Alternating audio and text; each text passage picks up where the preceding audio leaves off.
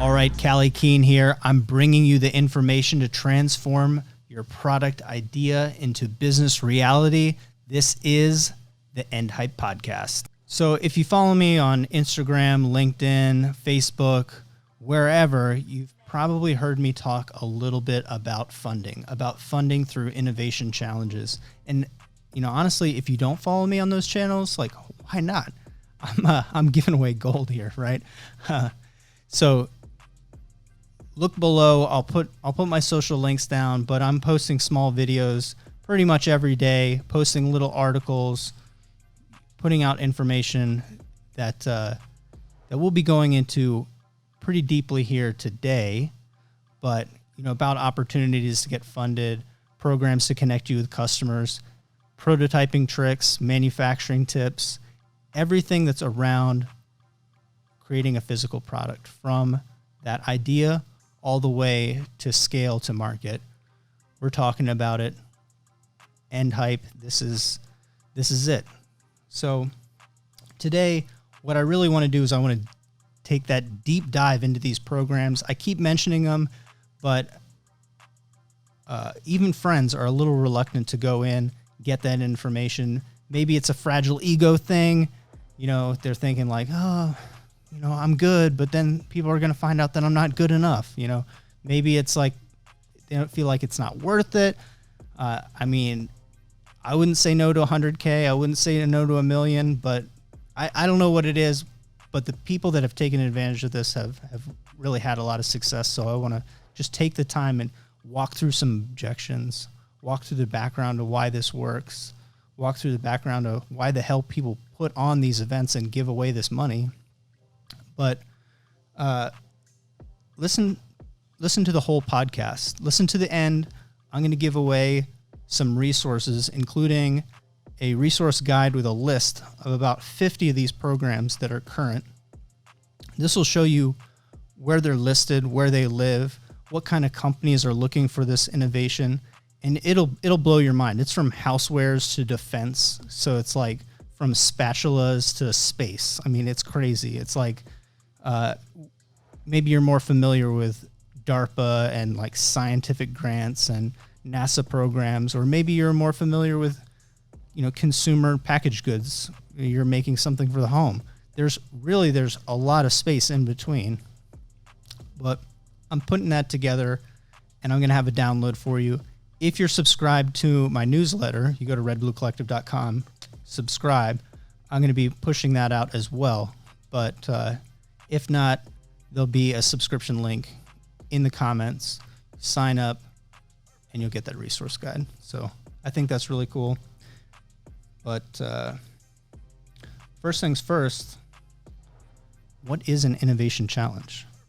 So I'll admit one thing is this is kind of an umbrella term. It's a term that Red Blue Collective's come up with because there's a lot of different flavors of these programs. Sometimes they're like bigger multi-tiered pitch events. Sometimes they're open calls for innovation where a company like Procter & Gamble or Johnson & Johnson say, hey, we're buying new cool ideas that look like this. There are a lot of different flavors of them, but essentially what it all boils down to is a large organization. They're looking for R&D. They have the money and the time to organize this event, but probably not the resources to go after those new niches, to be at the cutting edge, to really know what people want because they're so big, you know. But they're really across every industry and across every demographic. So if you have a specific background, experience-wise, personal interest-wise, there's probably one of these programs that fits you specifically. And we'll get into this later, but it's always easier to win if you can connect with who this is for, if you can be authentic, right? You actually care about the customer. It's like the cheat mode for life, actually caring. Why would a company sponsor this? This is the biggest objection that I hear over and over again. They're like, Callie, you're like Matthew Lesko in the 90s. It's like free government money. You know, the guy with the question mark suit guy. I love him. This is awesome. And it is a little bit like that, but this is why it works. is because it's mutually beneficial, right? It's not free money. What it is big companies, yeah, they have all the resources they need as far as personnel, infrastructure, money, and all that. But those are execution resources. They have the ability to execute, like expand a sure thing, do more of what they do. But those processes and procedures that allow companies to scale and grow also make them a little bit less agile. A workaround or an interesting example of this is Lockheed Martin, that they created a separate division for R&D called Skunk Works. And it's so separate to the point where if you worked at Lockheed and you weren't in Skunk Works, the door's locked, you can't come in. They're not following any processes. They're just spending money. They're inventing the future, right? And the reason being is because with the stability of a big defense contractor like Lockheed, where they do things precisely, perfectly, and they do it at such big size, like billion-dollar size, executing, making unbelievable technology and making it perfect, it's really hard to also fail fast and make mistakes and have cutting-edge science and just do experiments, right? Those two things are seemingly mutually exclusive. It's really hard to combine both cultures, culture of exploration and a culture of execution. So I hope that makes sense. But what innovation challenges do is it connects the entrepreneurial spirit of like us hackers, right? Us people that are trying to get our ideas out there. We're really passionate about a space, right? We have a really cool idea, but we don't have that execution piece. Well, they have that in spades. They've got that all day long. We don't have that, but we have lots of ideas. We're crazy people, right? And there's a lot of us. So it's crowdsourced ideas where instead of getting one or two ideas a year for $1 million, hopefully, I doubt they can do anything for $1 million. They get hundreds of ideas for $500,000 or $1 million. So it's a great deal for them. They literally get to look through all those ideas and say, this is the one I believe in. These guys should be a company. I want to be a customer. This is amazing.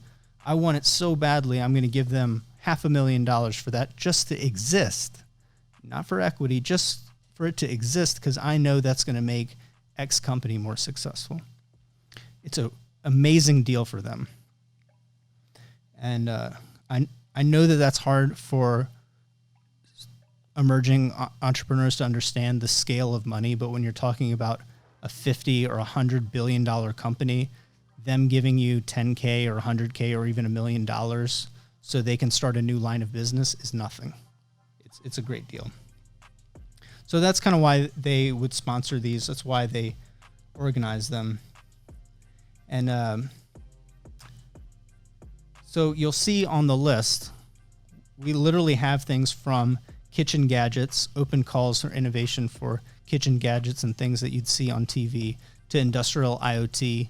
If we started to extend this to the accelerator programs where people are calling for specific verticals, there's all kinds of things, drones, robotics, a lot of food. Ag tech is really big right now, is growing. We'll be talking about this next week, but I believe, and this is what I keep going around saying, is that startups are dead. The idea of the startup where you build something and it scales really fast and it's kind of like trying to figure it out as we go.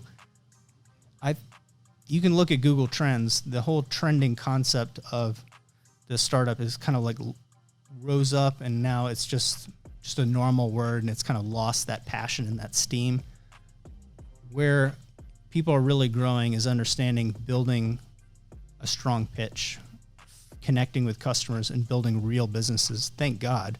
So now is definitely the time to build a real revenue positive business, not a sleep on my couch for 2 years type situation. That's rough. More power to you if you can sit through that. I'd rather not, me personally.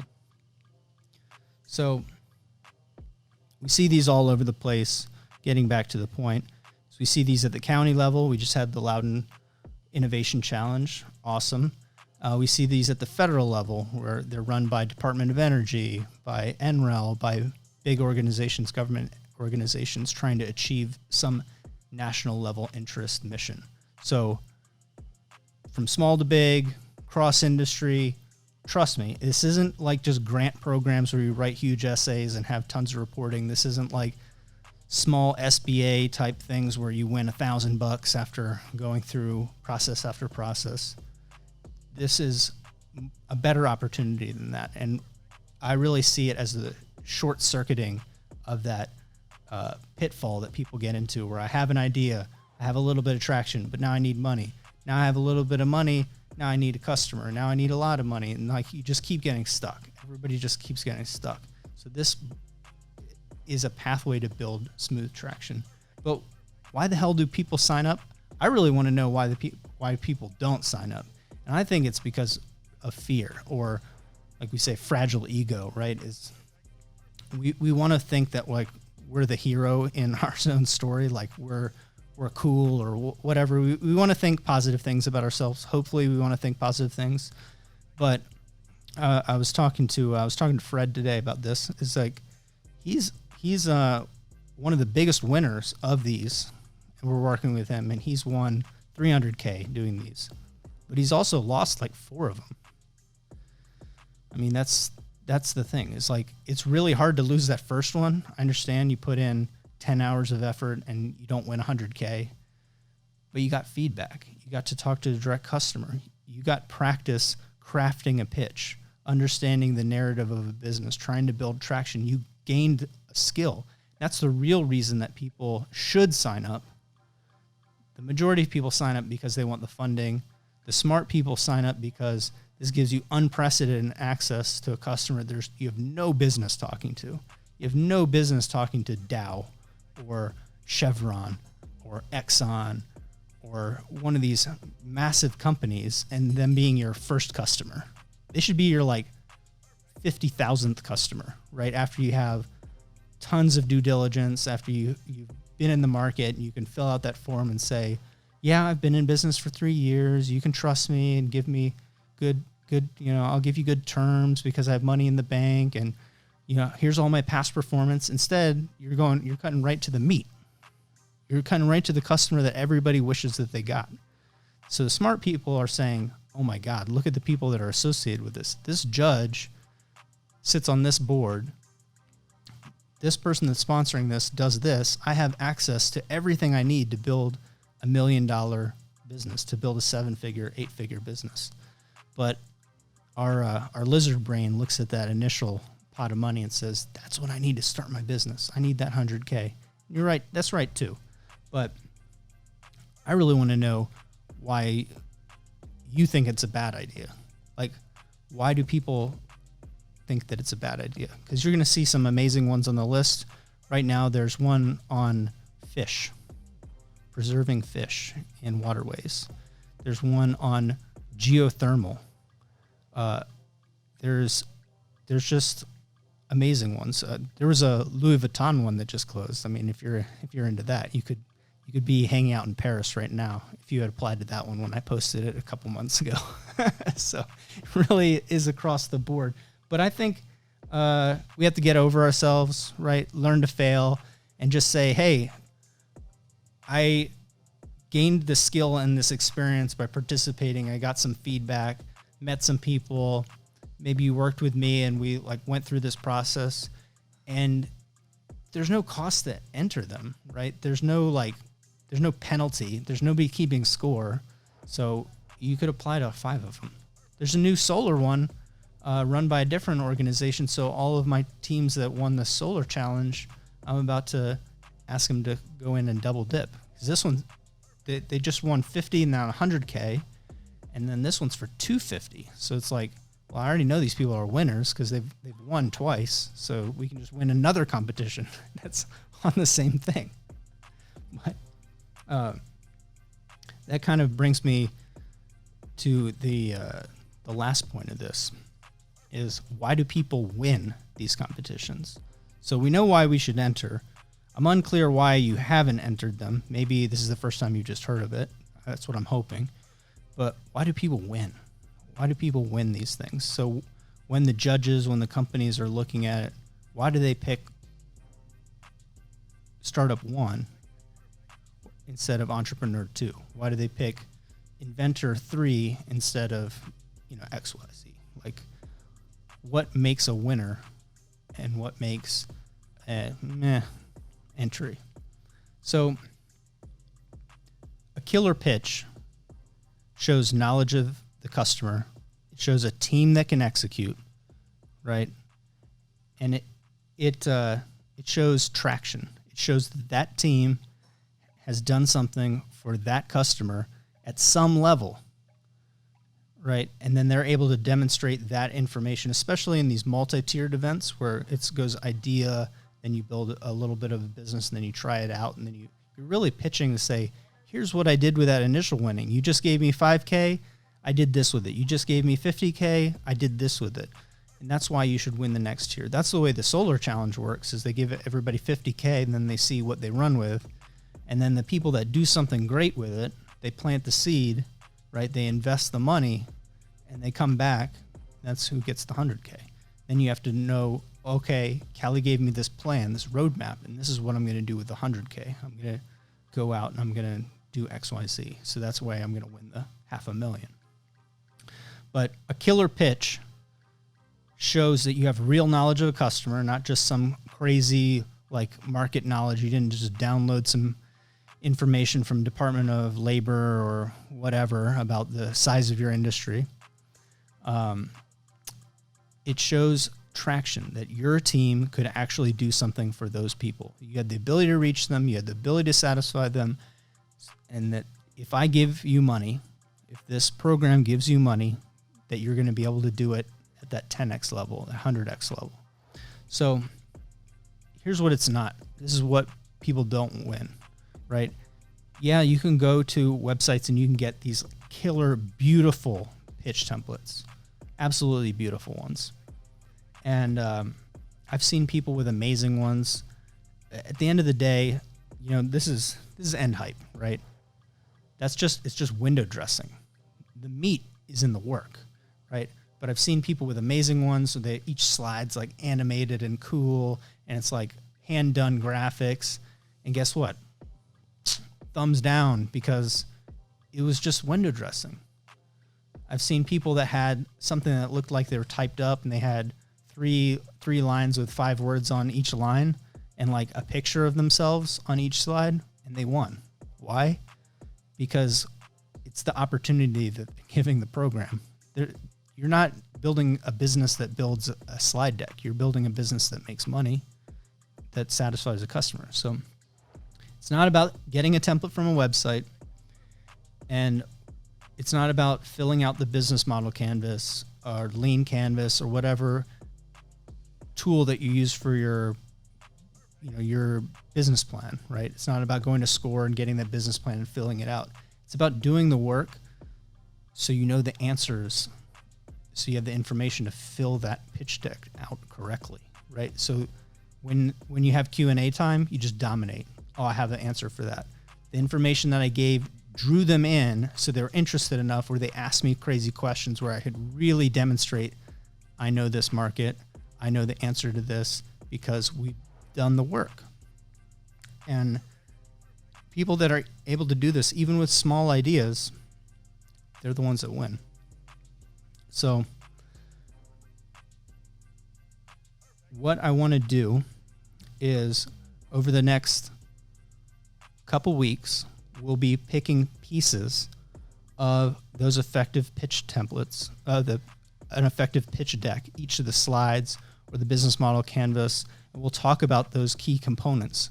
So when you apply, when you download this resource guide and you find that like perfect match, and you say, yeah, I think my idea will fit in there, or I think I can come up with, this is even better, I think I can come up with an idea and submit it to this.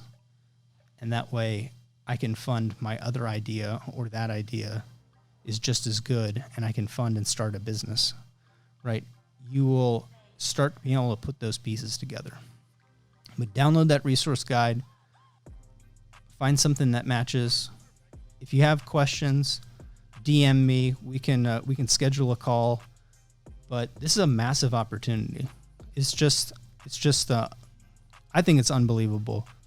For somebody that offers services, this is the biggest thing. Is it's really hard to work with people that are just starting, because if you're running a services business, they don't have money for services.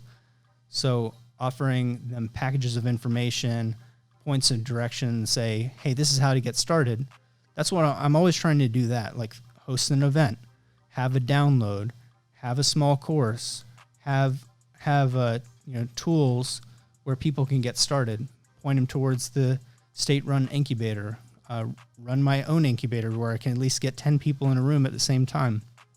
Something so people can get started, and like if we're a good fit, fine, we'll do work together later, but it always comes back. Doing the right thing is always the right thing.